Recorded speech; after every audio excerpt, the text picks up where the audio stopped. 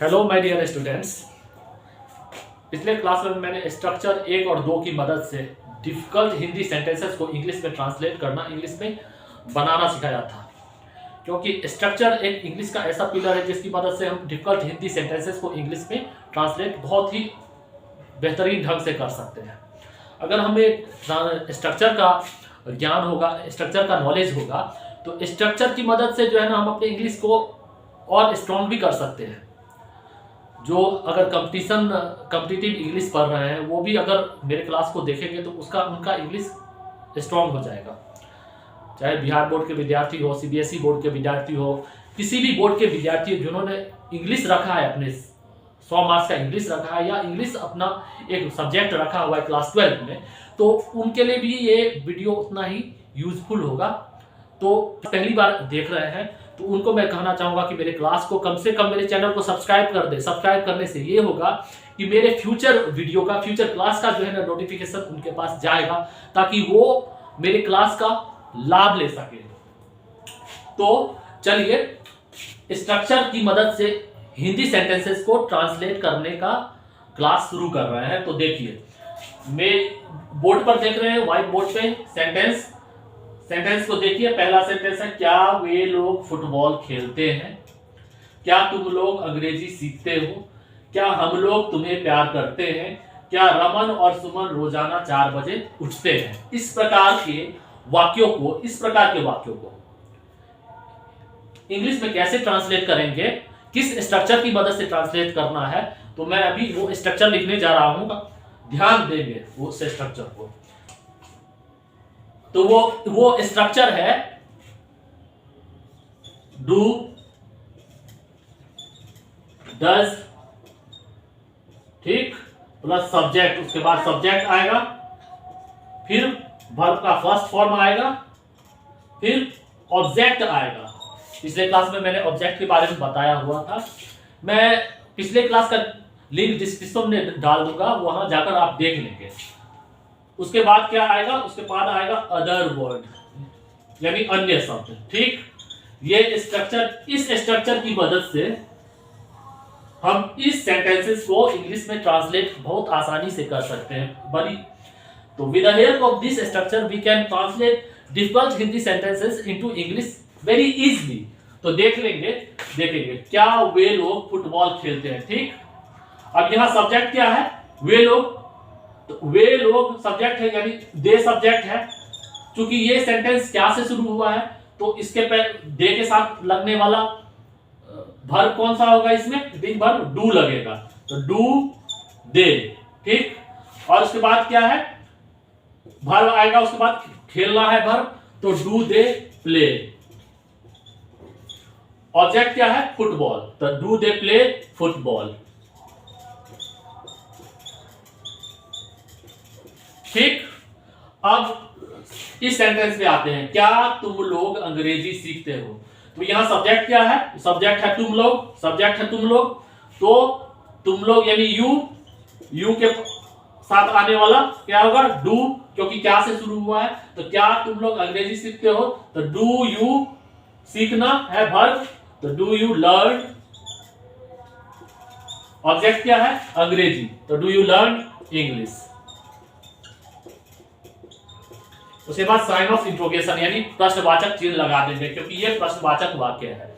अब यहां है, क्या हम लोग तुम्हें प्यार करते हैं? तो हम लोग क्या है? सब्जेक्ट, हम लोग सब्जेक्ट है, तो डू वी,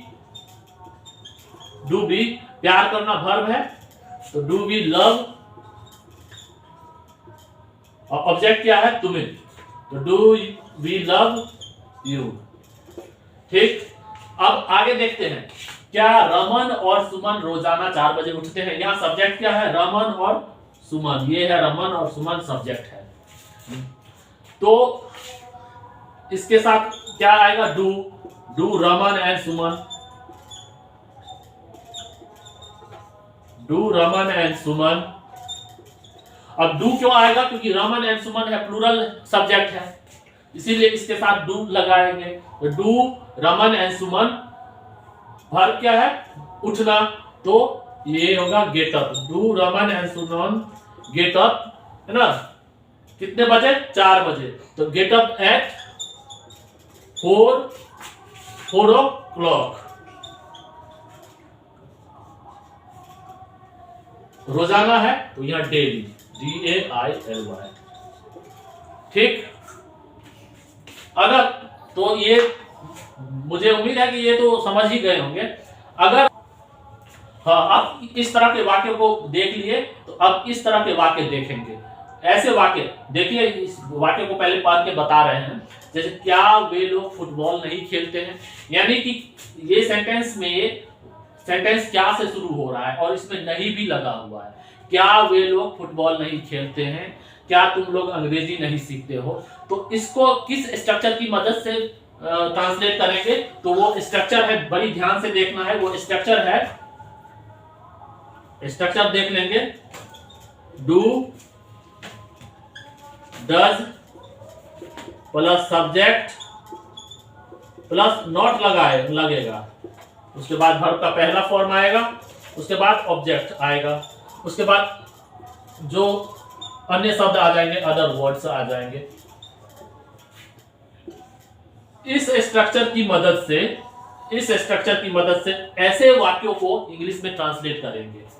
ठीक। जैसे क्या वे लोग फुटबॉल नहीं खेलते हैं, तो डू दे, क्योंकि नहीं लगा हुआ है तो यहां नॉट आएगा। डू दे नॉट, है ना, play, do they not play football. Sign of interrogation लगाएंगे। उसके बाद क्या तुम लोग अंग्रेजी नहीं सीखते हो, तो do you not learn English. ठीक। अब देख लेंगे क्या हम लोग तुमसे बात नहीं करते हैं, तो डू वी नॉट, बात करना वर्ब है, डू वी नॉट टॉक, किससे? तुमसे। To you, talk to you. यहां टू प्रीपोजिशन आएगा, टॉक के बाद टू प्रीपोजिशन आता है, talk to you, sign of interrogation last में। फिर क्या रमन और सुमन 4 बजे नहीं उठते हैं, फिर do Raman and Suman not gate up at 4 AM, सुबह है तो 4 AM।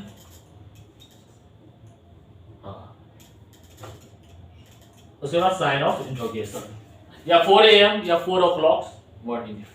तो इस तरह के वाक्य, मुझे उम्मीद है कि ये आप समझ गए होंगे, आप लोग समझ गए होंगे।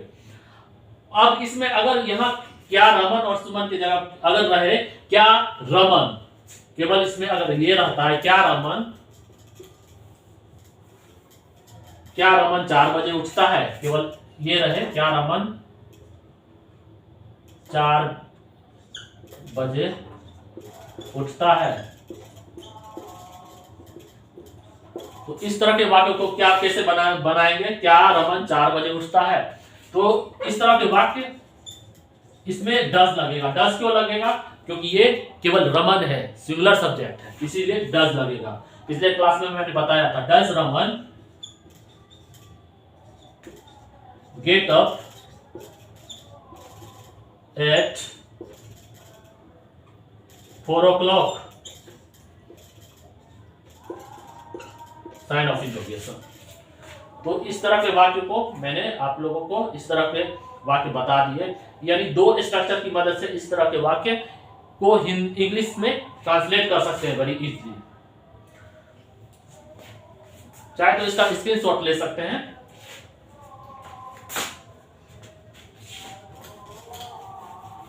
वो स्ट्रक्चर है WH वर्ड्स प्लस डू या does plus subject plus V1 plus object plus other words.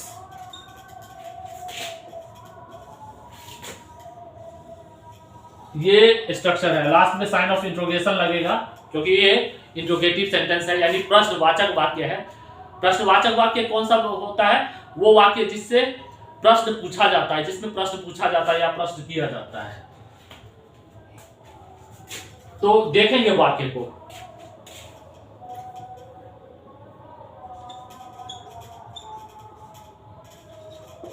जैसे रमन क्यों अंग्रेजी सीखता है? तुम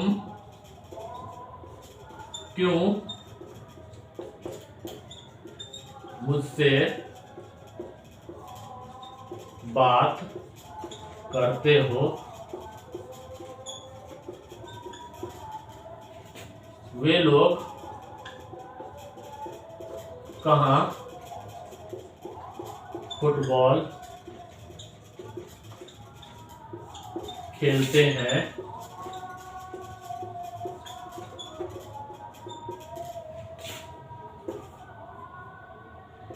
तुम्हारी बहन कैसे वहां जाती है? Sign of interrogation. बड़ी ध्यान से देखना है। वैसे वाक्य जिसके सेंटेंस के बीच में क्यों रहे, कहां रहे, कैसे रहे, कब रहे, यानी सेंटेंस के बीच में WH वर्ड्स रहे, तो इसको इंग्लिश में कैसे ट्रांसलेट करेंगे? तो इस स्ट्रक्चर की मदद से वैसे सेंटेंसों को, इस प्रकार के सेंटेंस को इंग्लिश में ट्रांसलेट कर सकते हैं। अब यहाँ WH वर्ड्स क्या होता है वो हम बता दे रहे हैं, बड़ी ध्यान से देखना है। देखिए WH वर्ड्स कौन कौन से होते हैं? WH वर्ड्स होते हैं why, who, where, which, when, whom, whose,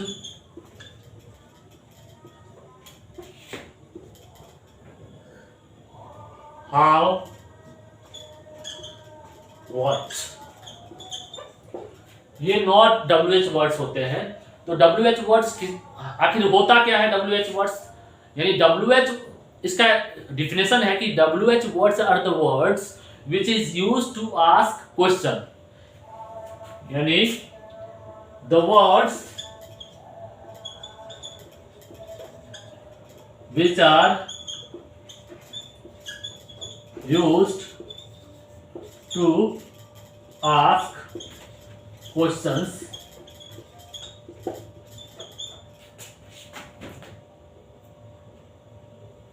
are WH words। यानी कि वे शब्द जिसका प्रयोग जो है ना क्वेश्चन करने के लिए किया जाता है, तो वो WH वर्ड्स होते हैं। तो यानी कि देखना है कि why, who, where, which, when, whom, whose, how, that। इसका यूज जो है ना क्वेश्चन करने के लिए किया जाता है, इसीलिए इसको WH वर्ड्स कहते हैं। और दूसरी बात ध्यान देंगे कि WH वर्ड्स क्यों इसको कहेंगे? WH वर्ड्स इसलिए भी कहा जाता है कि ये WH से ये शुरू होता है। WH दो लेटर WH से ये शुरू होता है। हाउ को छोड़ के, इस हाउ को छोड़ के, HOW हाउ, इस हाउ को छोड़ के सारा वर्ड जो है ना WH से शुरू हो रहा है, इसलिए इसको WH वर्ड्स कहते हैं। WH से शुरू हो रहा है इसीलिए इसको WH वर्ड्स कहते हैं केवल। अब देखेंगे इस तरह के सेंटेंसेस को इंग्लिश में कैसे ट्रांसलेट करेंगे। तो WH वर्ड्स कौन कौन हो गए? फिर से रिपीट कर दे रहे हैं। Why, who, where, which, when, whom, whose, what।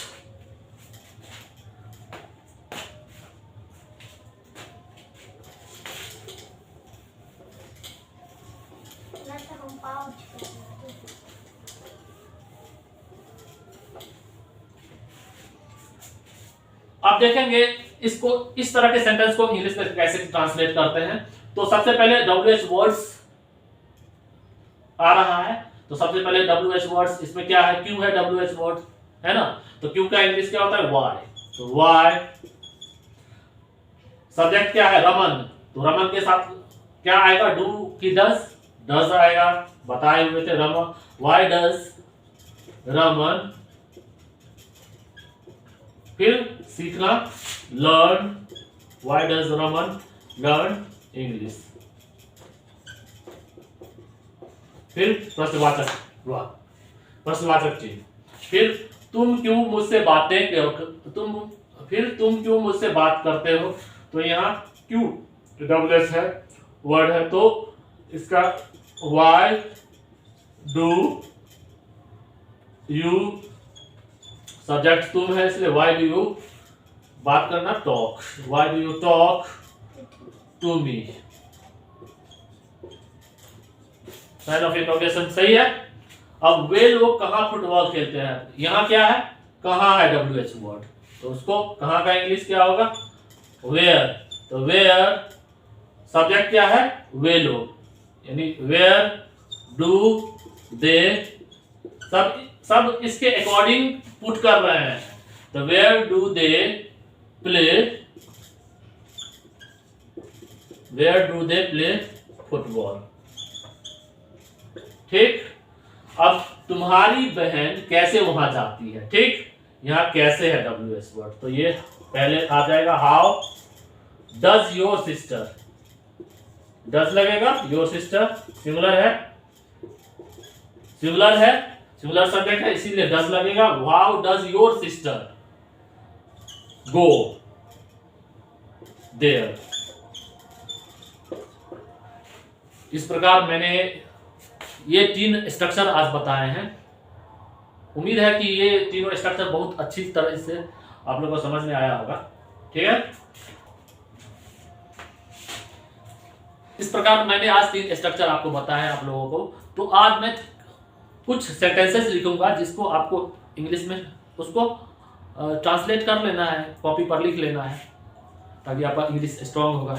English grammatically भी सही हो जाएगा स्ट्रक्चर की मदद से, क्योंकि जो मैं बताने जा रहा हूँ बीच बीच में मैं ग्रामर भी जरूर पढ़ाऊंगा, ताकि ग्रामेटिकली भी जो है ना सेंटेंस आपका सही, आप लोग सही बना पाएंगे। तो देख लेंगे, जैसे वे लोग अंग्रेजी सीखते हैं,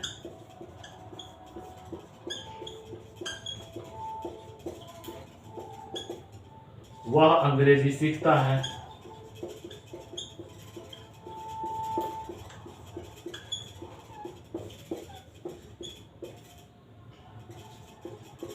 वे लोग अंग्रेजी नहीं सीखते हैं, रमन कैसे अंग्रेजी बोलता है,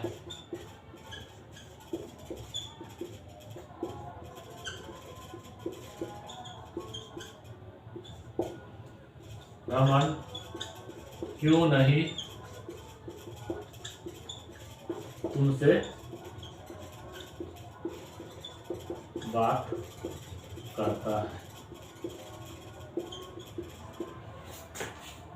ये 5 सेंटेंसेस हैं जिनको आपको इंग्लिश में ट्रांसलेट करना है। और इस 5 सेंटेंसेस को इंग्लिश में ट्रांसलेट कर लेना है। ठीक है, और मैं चाहूँगा कि मेरे क्लास को देख रहे हैं तो मेरे क्लास को कम से कम सब्सक्राइब जरूर कर लें, क्योंकि मैं अभी सारा क्लास जो है ना स्ट्रक्चर पर बेस्ड ही मेरा होगा, क्योंकि स्ट्रक्चर की मदद से इंग्लिश में को हिंदी सेंटेंसेस को इंग्लिश में बहुत ही अच्छी तरह से ट्रांसलेट कर सकते हैं, बना सकते हैं, और इससे इंग्लिश स्ट्रॉन्ग भी हो सकता है, और इससे इंग्लिश स्ट्रॉन्ग हो ही जाएगा। तो आज के लिए बस इतना ही। इसी प्रकार चैनल बने रहें और मेरे चैनल को सब्सक्राइब जरूर कर दें। धन्यवाद। 26 हो गया।